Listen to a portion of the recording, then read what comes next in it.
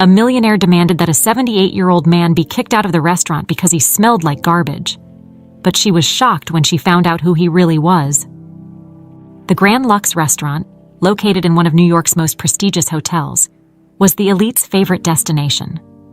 Crystal chandeliers hung from the ceiling, casting a soft glow over elegantly set tables, while the sound of discreet conversations and delicately handled cutlery filled the air.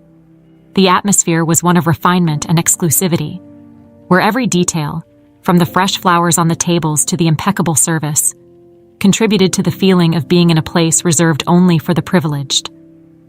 Constance Miller, a 50-year-old woman known for her regal bearing and imposing presence, entered the restaurant with the confidence of someone used to being treated like royalty. Wearing a navy blue silk dress and discreetly sparkling jewelry, Constance walked to her usual table, where a waiter was already waiting to help her settle in. She sat down, elegantly arranging the napkin on her lap, ready to enjoy another evening of luxury and indulgence. However, as Constance reviewed the menu, something unexpected happened. A foul odor, something that did not fit the refined ambiance of the restaurant, reached her. She frowned, trying to identify the source of the disturbing smell. Her eyes scanned the room until they stopped at a figure seated a few tables away. Ernest Brown, an elderly man of humble appearance, wore simple time-worn clothes. His wrinkled features and calloused hands told stories of a life dedicated to hard work. He sat alone, clearly out of place in that luxurious setting, but with a calm and dignified expression. Constance's discomfort quickly turned to indignation. She called the restaurant manager, a middle-aged man who quickly responded to her summons, noting the seriousness in her gaze. "This is unacceptable," Constance said in a low but authoritative voice. "What is this man doing here? The smell from that table is unbearable. Something needs to be done immediately." The manager, visibly unsettled, tried to calm Constance. "Mrs. Miller, I apologize for any inconvenience. I will check the situation." He approached Ernest, who greeted him with a calm look, without any hint of malice.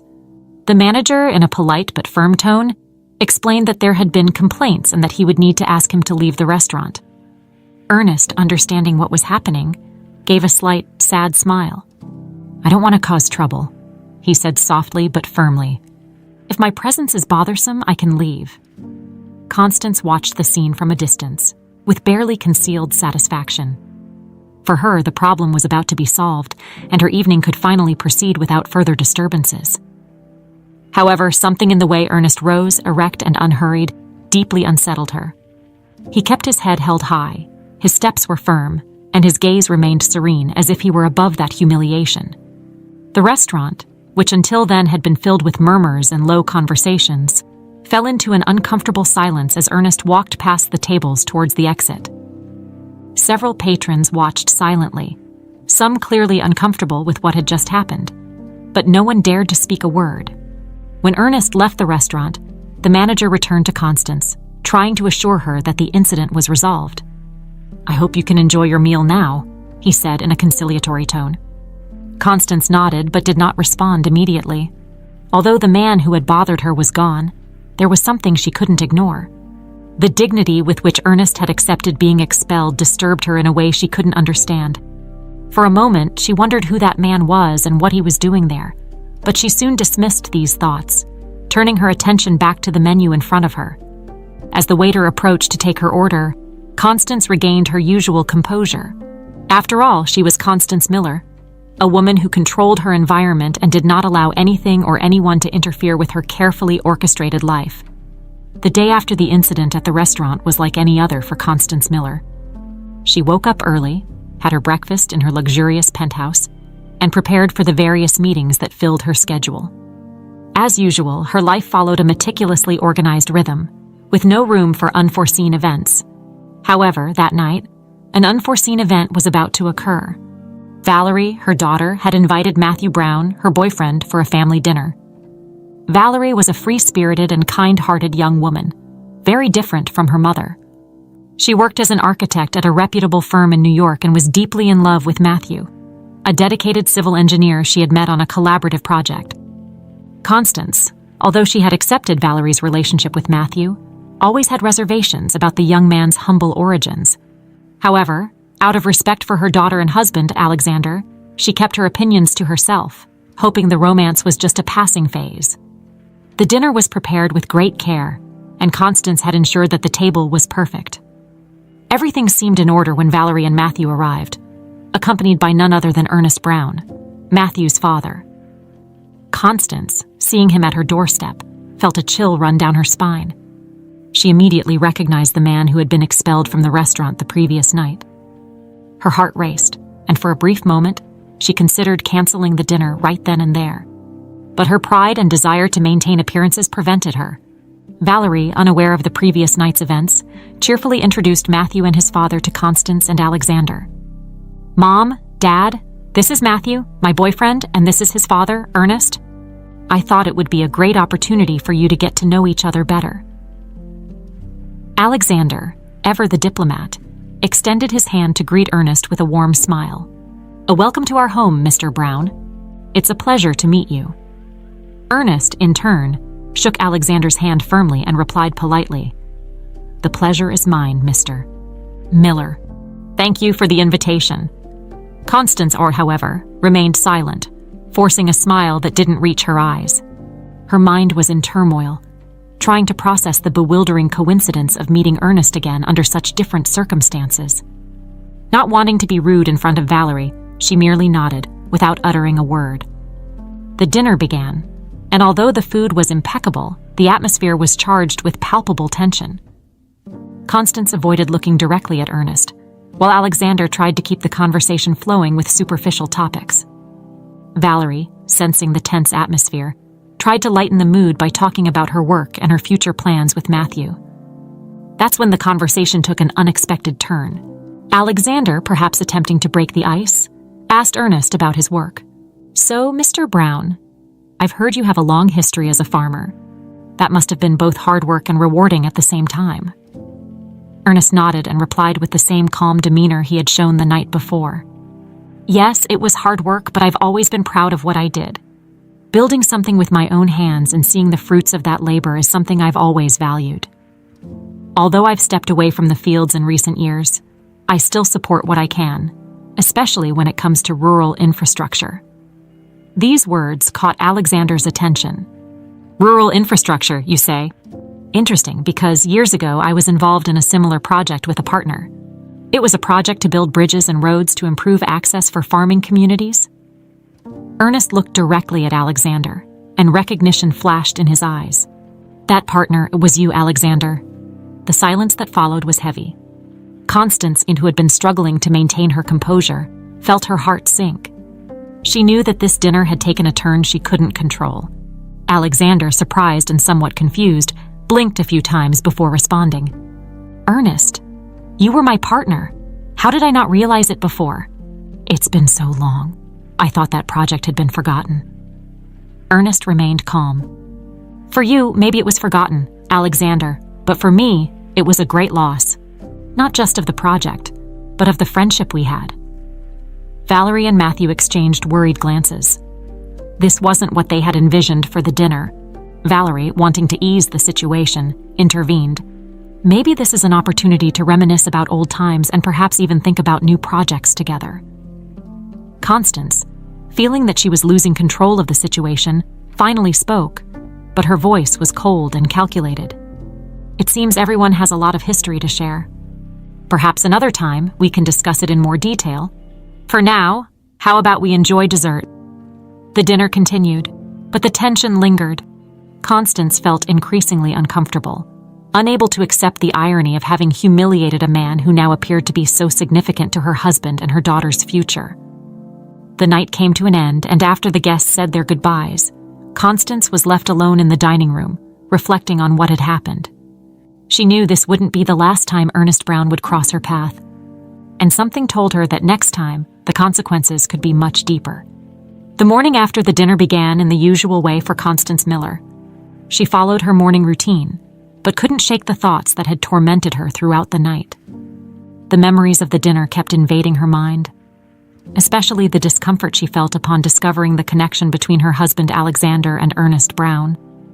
Constance was not the type of person who liked surprises, particularly those that challenged her sense of control and superiority. As Constance prepared for another day of meetings and commitments, Alexander was in his office, lost in thought. He couldn't stop thinking about the unexpected reunion with Ernest. Years had passed since he abandoned the rural infrastructure project, and the guilt for leaving his former partner behind began to weigh on his conscience. Alexander clearly remembered the days when he and Ernest worked together. The project was ambitious: to build bridges and roads that would connect isolated farming communities to the rest of the country. At the time, Alexander was determined to make a real difference in people's lives. But the financial opportunities in the city, combined with Constance's pressures to climb the social ladder, pulled him away from his ideals. He had left Ernest behind, assuming the project was a lost cause. Now, sitting in his leather chair, Alexander leafed through old files.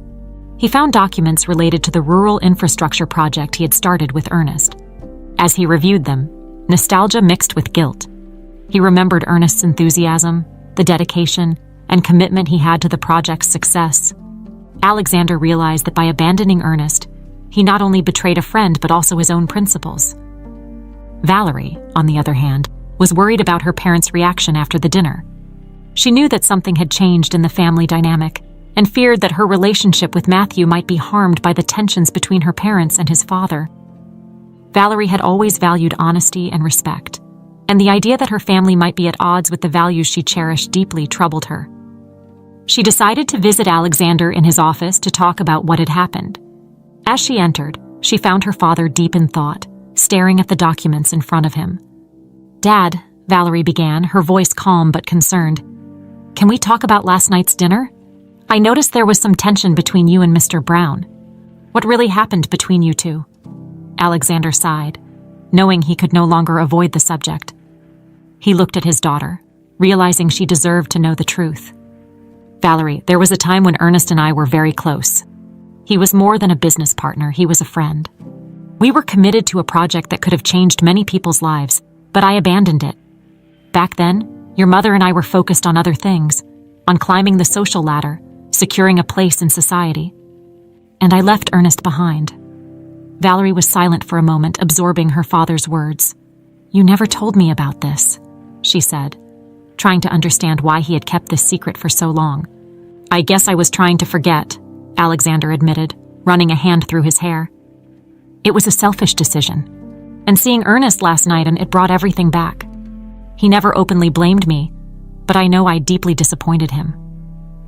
Valerie sensed the sincerity in her father's words and felt a mixture of sadness and empathy. She knew her father was a man of principles, but she also knew he had made difficult choices in his life. "So what are you going to do now?" she asked, a hint of hope in her voice. Alexander looked at the documents on his desk and then back at Valerie. "I don't know, sweetheart. But I think I need to make things right, somehow. I can't keep ignoring what I did, or the impact it had on Ernest's life." Meanwhile, Constance was fighting her own internal battle. The memory of Ernest being thrown out of the restaurant, and now knowing his significance in Alexander's past, began to eat away at her self-confidence. She had always believed that money and social standing were the true measures of worth, but now that belief was being challenged.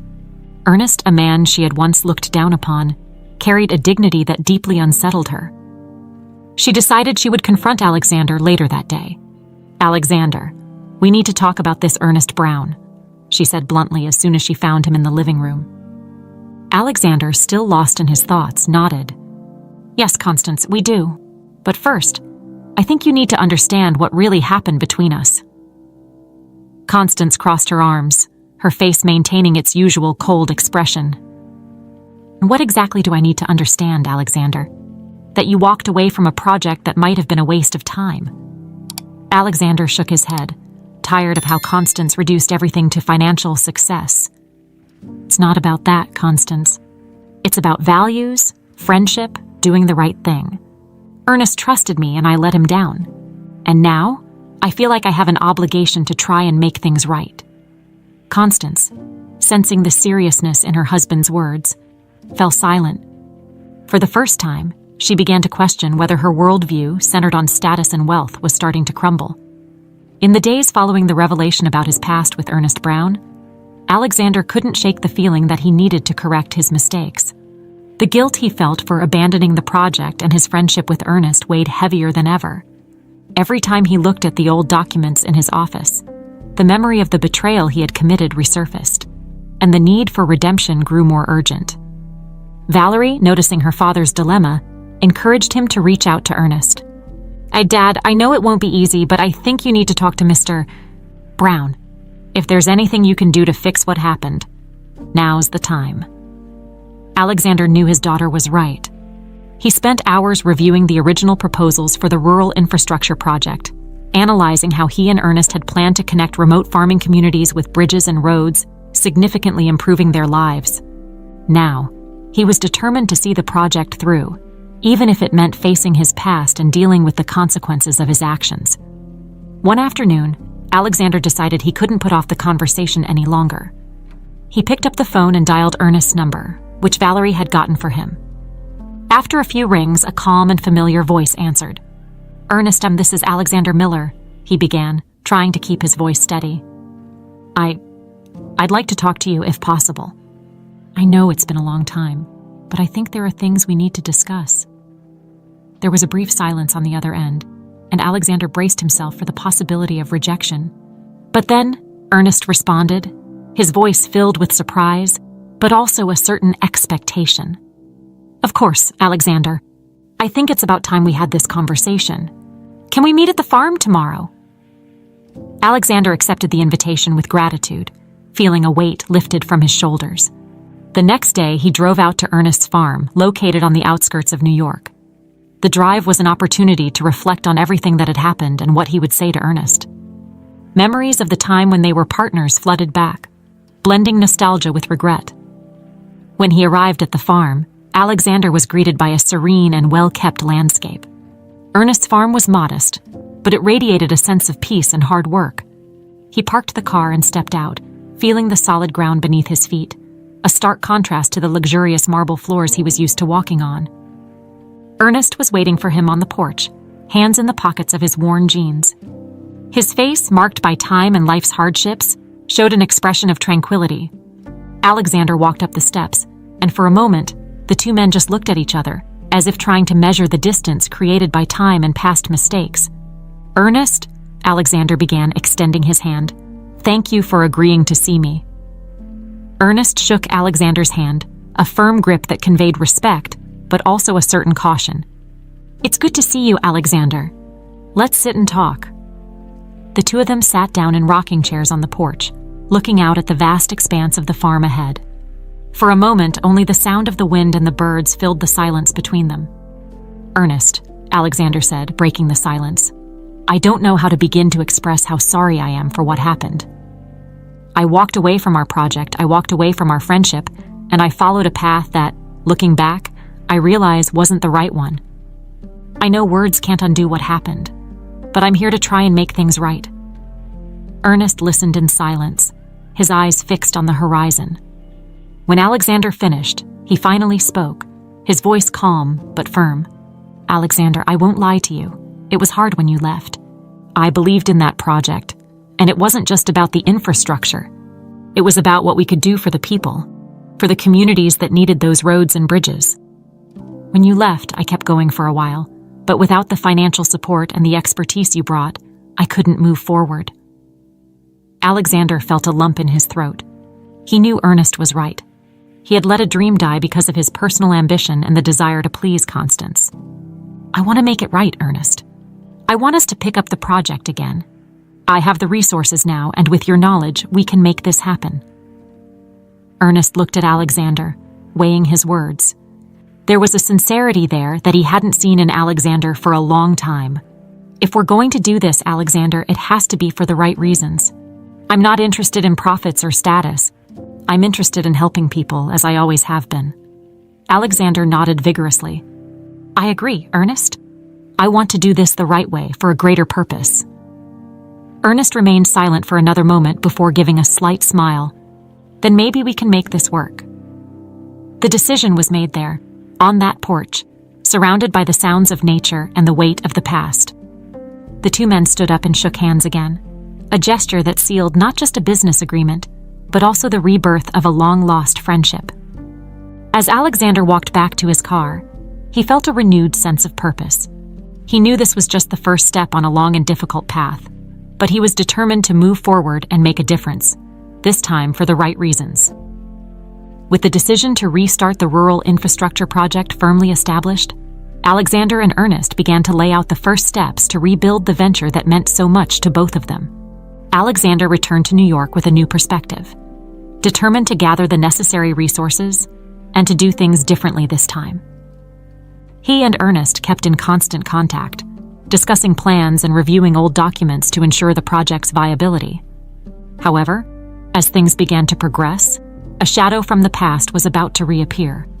A few weeks later, Alexander was in his office, reviewing proposals from potential business partners who could fund the project. He was focused, determined not to make the same mistakes as before. That's when his phone rang. "Alexander Miller speaking," he answered, distracted.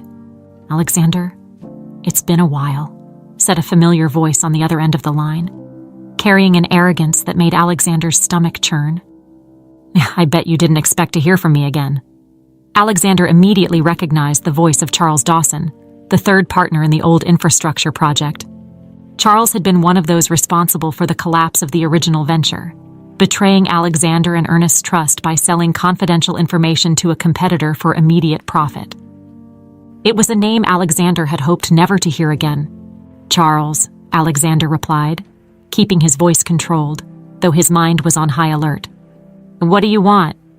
"I heard that you and Ernest are restarting that old project," said Charles, his voice dripping with insinuation. I was curious how you plan to do that without the help of a real strategist like me." Alexander felt anger boiling inside him. Charles had always been a manipulator, someone who put his own interests above everything and everyone. "We're doing just fine, Charles, and we don't need your help." "Come on, Alexander," Charles continued, unfazed by Alexander's cold tone. "You know as well as I do that this project has potential, but it also comes with a lot of risks. I'm the person who can help minimize those risks. Besides, I have some information that might be useful." "Information?" Alexander asked, suspicious. "What kind of information?" "Oh, nothing you don't already know, but from a slightly different perspective. Let's just say I've been watching some movements in the market, and I can assure you there are people interested in seeing this project fail, just like before." The suggestion that Charles had information that could sabotage the project made Alexander uneasy. He didn't want to do business with Charles again, but he knew that ignoring him might be a mistake. "Why are you doing this, Charles?" Alexander asked, trying to understand the motivations behind the sudden reappearance. "You've already betrayed us once. Why should we trust you now?" Charles laughed, a sound that made Alexander's nerves even tenser. Maybe I have my own reasons, Alexander. Or maybe I've learned some lessons over the years. Either way, I'm willing to talk. But that, of course, is up to you." Alexander didn't want to get involved with Charles, but the insinuation that there were forces working against the project worried him. He knew he needed to discuss this with Ernest before making any decisions. "And I'll think about it, Charles," Alexander replied, keeping the conversation brief. "But don't expect anything right away. Don't worry, Alexander," Charles said, his voice still full of confidence. "But I'm sure you'll make the right choice." After hanging up the phone, Alexander remained silent for a few minutes, reflecting on the call. He knew he needed to speak with Ernest as soon as possible. Charles was dangerous, and any involvement with him could jeopardize not only the project but also the renewed friendship between Alexander and Ernest. Later that same day, Alexander took a trip to Ernest's farm to discuss the situation. When he arrived, he found Ernest working in the field, as usual. Alexander quickly explained what had happened, and Ernest listened attentively, his expression remaining calm but with a slight hint of concern. "I knew Charles might resurface," Ernest finally said. "He's never been the type to let opportunities slip by. But Alexander, we need to be very careful. He's already betrayed us once, and we can't let that happen again." "I know, Ernest," Alexander replied. "But he suggested there are other people interested in sabotaging the project. If that's true, we need to be prepared." Ernest was silent for a moment, considering the situation. "Maybe we should hear what he has to say," he cautiously suggested. "But without any commitments, We need to know where we stand. Alexander agreed, albeit reluctantly. He knew bringing Charles back into the circle was risky, but he also knew that ignoring a possible threat could be even more dangerous. Let's set up a meeting with him, Alexander finally decided. But we'll do it on our terms. And above all, we need to make sure he doesn't have any more tricks up his sleeve. As they made preparations for the meeting with Charles, both knew that this decision could determine the success or failure of the project. And once again, the past was coming back to haunt their present. The meeting with Charles Dawson was scheduled for a cloudy afternoon at a discreet cafe in downtown New York. Alexander and Ernest arrived together, ready to face the man who had caused so much damage in their lives years ago. Though both were determined not to let Charles manipulate the situation again, the tension was palpable.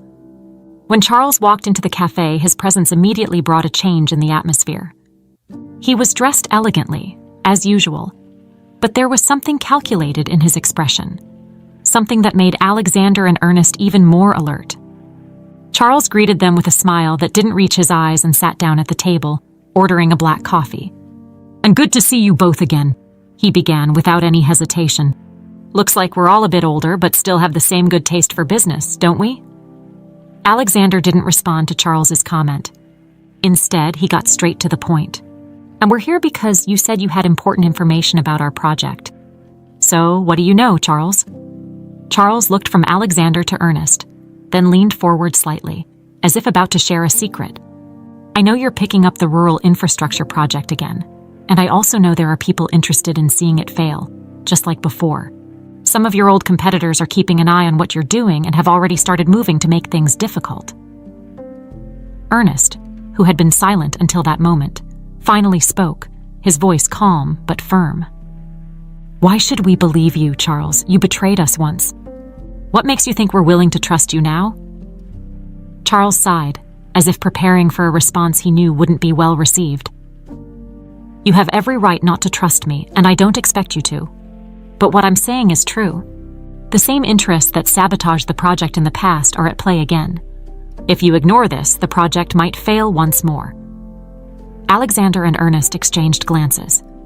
The prospect of facing the same challenges that had destroyed the original project was daunting, but ignoring Charles's words also seemed like a reckless risk. "If this is true, why are you telling us now?" Alexander asked. "What do you get out of this, Charles?" Charles shrugged. Maybe I've learned from my mistakes. Maybe I'm trying to make things right. Or maybe I see this as an opportunity for all of us to win. I'm not here to screw you over again, Alexander. I'm here to offer help. I can provide information and strategies to deal with these interests. Of course, I'm not doing this for free, but I think we can come to an agreement." Ernest, who had maintained a reserved posture until now, looked at Charles with a critical eye. "And what's the price of your help?" Charles smiled. "Nothing more than a small percentage of the project's profits. After all, if we're going to face these sharks together, it would only be fair for me to have my share too." Charles's proposal put Alexander and Ernest in a dilemma. On one hand, Charles's words carried weight, and the threat of sabotage was real. On the other hand, allowing Charles to get involved again posed a risk that both knew could be dangerous. Alexander took a deep breath, aware that the decision they made could determine the future of the project. "We'll need some time to consider your proposal, Charles. This isn't something we can decide here and now." Charles nodded, seemingly accepting the response calmly. "I understand. Take the time you need, but don't take too long. Time is something you don't have in abundance on this project." After the meeting, Alexander and Ernest left the cafe in silence, each lost in their own thoughts. The tension between them was evident, but there was also a tacit understanding that, regardless of the decision they made, they would need to be prepared for the consequences. Later, in Alexander's office, the two men sat down to discuss what to do. "And I hate the idea of relying on Charles again," Alexander said, clearly frustrated. "But we can't ignore what he said. If there are people interested in sabotaging the project, we need to be ready." Ernest nodded slowly. "But if we're going to work with Charles, we need to set clear rules. He can't have control over anything. We need to keep the project in our hands." Alexander agreed. "And we also need to protect what we're doing. We'll ramp up the security of the documents and operations." We can't give anyone the chance to bring us down again." They decided they would accept Charles's offer, but only on their terms. Ernest and Alexander were determined not to repeat the mistakes of the past. They knew the road ahead would be tough, but they were prepared to fight for what they believed in, no matter the cost. With this decision made, the next steps would be crucial. They would need to work together to ensure the project moved forward, overcoming any obstacles that arose. And above all, they would need to stay alert for any signs of betrayal, for they knew that when it came to Charles Dawson, distrust was always the best defense. With the decision made to allow Charles Dawson to get involved in the project, though with strict precautions, Alexander and Ernest began working to bolster their defenses. They ramped up the security of the documents and operations and decided to hold regular meetings to closely monitor the project's progress and any signs of trouble.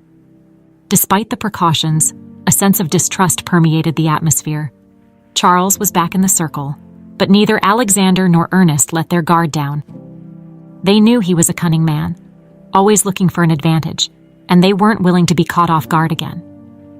A few weeks passed, and the rural infrastructure project began gaining momentum.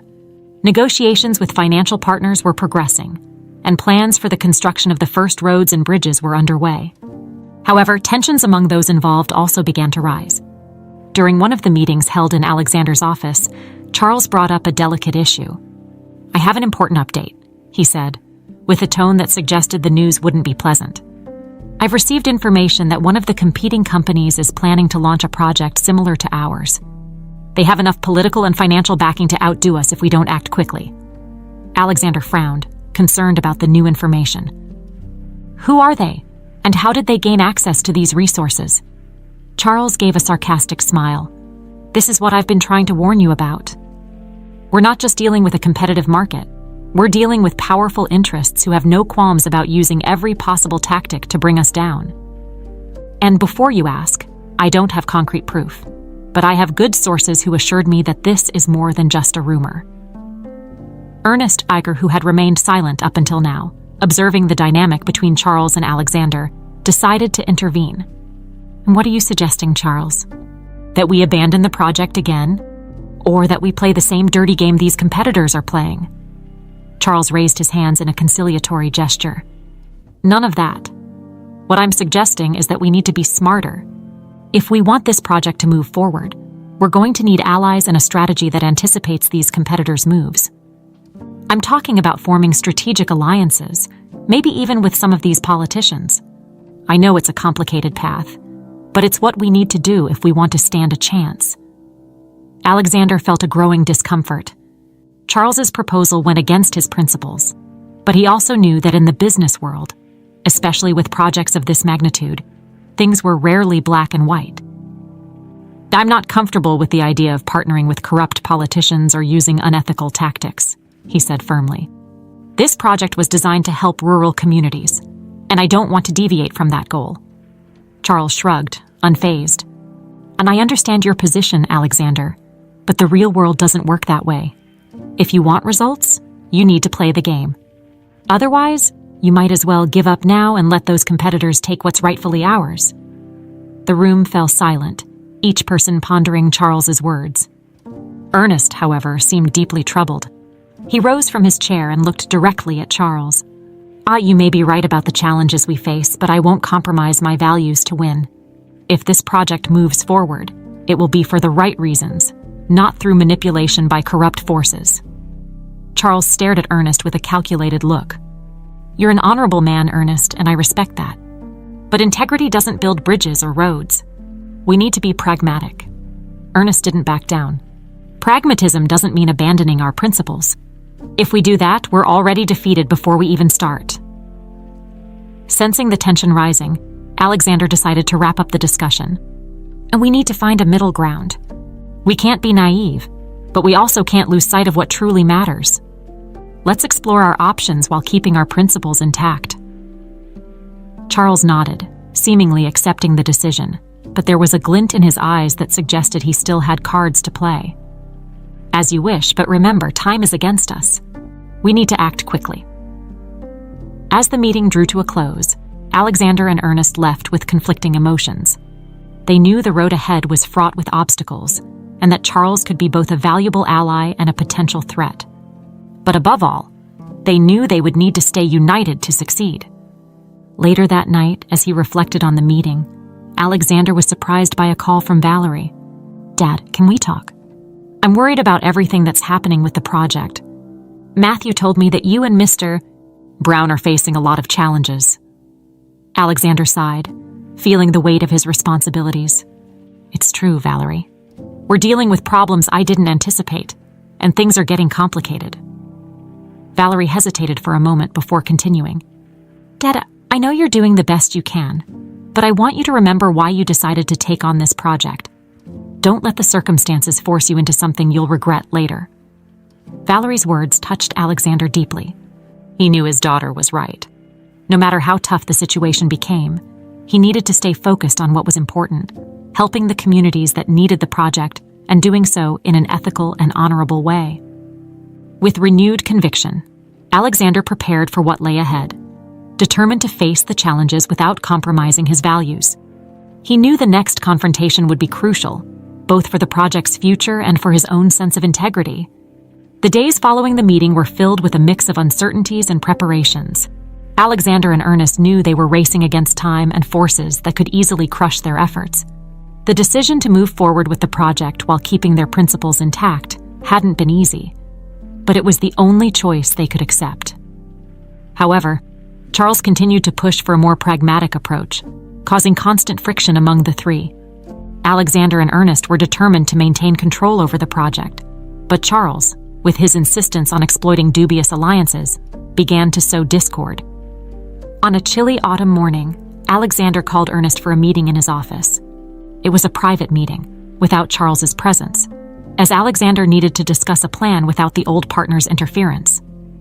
Ernest arrived punctually and was greeted by Alexander with a serious expression. "Ernest, we need to talk about how we're going to handle Charles," Alexander began bluntly. "I feel like he's trying to manipulate us, and it's making me increasingly uncomfortable." Ernest nodded, having anticipated this inevitable conversation. "I feel the same way, Alexander. Charles has always been skilled at exploiting others' weaknesses, and I don't think he's changed. We need to be cautious." Alexander stood up from his chair and began pacing the room, as he often did when worried. "We need a plan, something that allows us to continue the project without Charles's influence, but also protects us from the external threats he mentioned." Ernest pondered for a moment before responding. "If we're going to do this, we need reliable allies. People who share our values and are committed to the project's success for the right reasons. We can think of strategic partners who have influence and can help us neutralize threats without compromising our integrity." Alexander stopped pacing and looked at Ernest, surprised by the simplicity and wisdom of his suggestion. "We can seek investors or organizations with a legitimate interest in seeing the project succeed. Maybe we can even get government support, as long as it's done transparently." "We need to act fast," Ernest continued. "If we wait too long, Charles may find a way to dig deeper into the project, and then it will be much harder to remove him." With a plan in mind, Alexander and Ernest began drafting a list of potential allies. They decided to seek support from non-governmental organizations focused on rural development, as well as to talk to politicians with a track record of integrity and commitment to social causes. They knew it would be a tough task, but they also knew they were doing the right thing. In the days that followed, Alexander and Ernest worked tirelessly to reach out to these potential allies. Some meetings were scheduled, and soon they began receiving positive responses from people and organizations genuinely interested in the project. However, as Alexander and Ernest strengthened their alliances, Charles began to realize he was being sidelined. He arranged a meeting with Alexander and, while noticing that his suggestions were being ignored, decided to confront him. "Alexander, I see you're making decisions without consulting me," said Charles, his voice a mix of frustration and barely restrained anger. "I thought we agreed to work together on this project." Alexander, knowing this confrontation was inevitable, stayed calm. "Charles, what we're doing is protecting the project. You suggested alliances and tactics that go against everything Ernest and I stand for. We need reliable allies, not deals with questionable people and practices." Charles laughed, a sound that made Alexander realize just how different their worldviews were. "You've always been naive, Alexander. The world isn't that simple. You think you can win by playing fair? Good luck with that. Ernest, who had remained silent until then, stepped in. Charles, you're right about one thing. The world is complicated. But that doesn't mean we have to compromise. What we're trying to do here isn't just about building bridges and roads. We're trying to build something bigger, something that will have a real positive impact, and we're not going to do that by sacrificing our values. Charles looked at the two men with a mix of disdain and resignation. He knew he had lost the battle for control of the project, but there was still a glint in his eyes that suggested he wasn't entirely defeated. Very well, he said, his tone carrying a veiled threat. But remember, the world isn't kind to idealists, and when things fall apart, don't say I didn't warn you. With that, Charles stood up and left the room, leaving Alexander and Ernest alone. Both men knew that even though they had managed to push Charles away, the danger hadn't passed. His words hung in the air like a warning, but at the same time, there was a sense of relief for having made a decision that, though risky, was in line with their principles. As they watched Charles leave the building, Alexander and Ernest knew that the real test was yet to come. They were about to enter the most challenging phase of the project, where their alliances would be tested, and where they would have to fight to ensure that their dream of improving so many lives didn't turn into yet another tragedy. The atmosphere in New York grew increasingly tense as the rural infrastructure project progressed. Alexander and Ernest were in the middle of a storm, not just figuratively, but literally as well. The weather seemed to reflect the growing tensions as the winds blew stronger and dark clouds gathered on the horizon. Inside their offices, however, preparations continued, with endless meetings, delicate negotiations, and mounting pressure to deliver results. The alliances that Alexander and Ernest had formed began to show signs of success. Several NGOs and respected political figures offered their support to the project, drawn by the promise of a lasting positive impact. It seemed that the strategy of distancing themselves from Charles and his questionable methods was starting to pay off. However, the road ahead was far from safe. On a particularly gloomy afternoon, Alexander received an urgent call from one of the project's strategic partners. It was one of the NGOs they had established an important partnership with. "Us, Alexander, we need to talk immediately," said the voice on the other end, filled with concern. "We've received information that some of your competitors are making strange moves. It seems they're trying to buy our influence to pull us away from the project." Alexander felt his stomach turn. He knew Charles had mentioned the possibility of sabotage, but he hadn't expected it to happen so soon and so aggressively. "Who's behind this?" he asked, trying to stay calm. "We're not absolutely sure, but our contacts suggest it could be an alliance of several companies that have an interest in controlling the development of these rural areas. They see your project as a threat to their profits." Alexander thanked them for the information and hung up the phone, feeling the pressure mounting even more. He needed to act quickly to protect the project and the alliances they had formed. Immediately, he reached out to Ernest to discuss the situation. When Ernest arrived at the office, the atmosphere was already tense. The office windows rattled with the strong wind outside, and the impending storm seemed to reflect both men's state of mind. "I got a call today," Alexander began, cutting straight to the point. "They're trying to buy off our partners to pull them away from the project. It looks like things are escalating faster than we expected." Ernest frowned, clearly concerned. We need to protect our allies, Alexander. If they start doubting the success of the project or our ability to deliver, they might give in to the pressure and back out." "We need a strategy," Alexander continued. "Something that shows we're in control, that we have the resources and the determination to move forward, despite the threats." Ernest thought for a moment, watching the storm intensify outside. "Or maybe it's time to show some concrete results. We need to move forward with the first phase of the project. Start building one of the bridges. That'll show we're not just planning, but actually executing."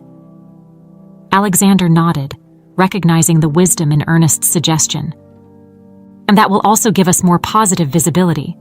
If the public sees the project underway, it'll be harder for our competitors to sabotage us without facing consequences." They decided that the next step would be a public announcement, followed by the immediate start of construction on one of the project's most important bridges. It was a risky move, but necessary to reassure their partners and the public that the project was moving forward. As they prepared for the announcement, however, unexpected news arrived. Valerie Han, who had been following the project's progress and the tensions involved, went to her father's office with a worried look. "Oh, Dad, I just found out that Charles Dawson was seen meeting with some of the leaders of the companies you mentioned. It looks like he's involved with the competitors and might be orchestrating this sabotage attempt." The revelation shocked Alexander, but at the same time, it wasn't completely unexpected. Charles had always been an ambitious man, and now it seemed clear that he was playing both sides. Ernest, who was present for the conversation, clenched his fists, feeling his anger rise. "So, he's been planning this from the beginning. He was just waiting for the right moment to stab us in the back." Alexander felt a mix of frustration and determination. "We can't let him beat us. We need to move forward with the announcement and the construction. The sooner we start, the less time he'll have to undermine our efforts." With that decision made, they moved forward with the preparations. The public announcement was made, highlighting the positive impact the project would have on rural communities and how it was an essential initiative for the country's development. The news was well received, and the construction of the first bridge began within days. The storm outside was raging, but inside the hearts of Alexander and Ernest, there was a renewed sense of purpose. They knew the next few weeks would be critical, and that the true test of their determination and integrity was yet to come. Charles Dawson had made his move, and now it was up to them to respond with strength and conviction, keeping their focus on what really mattered, transforming the lives of thousands for the better. The construction of the first bridge was progressing rapidly. Alexander and Ernest were pleased with the progress, and the project's public visibility was increasing by the day. News about the initiative gained media attention, with reports praising the benefits for rural communities and the determination of the leaders to face challenges. However, the shadow of Charles Dawson still loomed over the project. Valerie, who was becoming more involved in the project and closely monitoring developments, decided to dig deeper into Charles's actions. She knew her father and Ernest were busy with construction and negotiations with partners, but she felt someone needed to keep an eye on Charles's moves. With Matthew's help, who was also concerned about the situation, Valerie began gathering information on Charles's meetings with competitors. During this investigation, Valerie and Matthew made a startling discovery. They found documents indicating that Charles was secretly involved in a plan to sabotage the bridge's construction. He had provided insider information about the project to competitors, who were planning to use this advantage to delay construction and undermine the trust of partners and the public. Armed with this information, Valerie rushed to her father's office, where Alexander and Ernest were discussing the next steps in the construction. She entered hastily, interrupting the meeting. "Oh, Dad, I need to talk to you right now," Valerie said, her voice laced with urgency. Alexander, recognizing the seriousness of his daughter's tone, immediately halted the discussion and turned his attention to her. "What happened, Valerie?" Valerie took a deep breath before beginning to explain what she had discovered. "Matthew and I found evidence that Charles is working with our competitors to sabotage the project. He's leaking information about the bridge's construction, and they're planning to delay everything, which could destroy our credibility." Ernest, who had been listening silently until then, frowned, feeling a wave of anger rising within him. "I knew Charles couldn't be trusted, but this is outright betrayal." Alexander remained silent for a moment, processing the information. He knew Charles was dangerous, but the extent of his betrayal was greater than he had imagined. "We need to act immediately. If Charles is really involved in this, we need to expose him and stop his plans from moving forward." Ernest agreed. "We need to confront him with this evidence. If we can publicly expose him, he'll lose any influence he still has, and our competitors will think twice before going through with their plan." They decided then that they would confront Charles directly. They arranged a meeting, pretending it was just another discussion about the project's progress. Charles Ike, always alert, suspected nothing and attended the meeting at Alexander's office. When Charles entered, he was met with serious looks from Alexander, Ernest, and Valerie. He immediately sensed that something was wrong, but he kept his expression neutral. "Charles, we have something to discuss," Alexander began, in a tone that made it clear this was not a routine conversation. We've received information indicating that you're involved in a plan to sabotage our project. We have proof that you've been leaking confidential data to our competitors." Charles remained calm, but a slight glimmer of concern showed in his eyes. "And that's a serious accusation, Alexander. Do you really think I would do something like that?" Valerie, who had so far left the confrontation to her father and Ernest, decided to step in. "We know you're lying, Charles. We found documents proving your involvement. You're working with our competitors to destroy everything we're trying to build." For a moment, Charles hesitated, realizing the situation was turning against him. But then, as a last-ditch effort, he tried to turn the tables in his favor. "And if you have evidence, then show it. But know that I'm not the only one involved.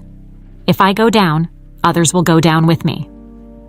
Charles's threat was met with disdain by Alexander. "We're not interested in your blackmail, Charles. If you think you can intimidate us, you're very mistaken. We're going to expose what you've done and make sure you never have the chance to harm anyone again." Charles realized he was cornered. He knew any attempt to deny the accusations would be futile. With one last look of contempt, he stood up from the chair. "You may destroy me, but you won't be able to take down everyone who's against you. Good luck with that." With those words, he left the office, leaving behind a trail of uncertainty, but also determination. Alexander, Ernest, and Valerie knew they had done the right thing in exposing Charles, but they also knew there was still much work to be done.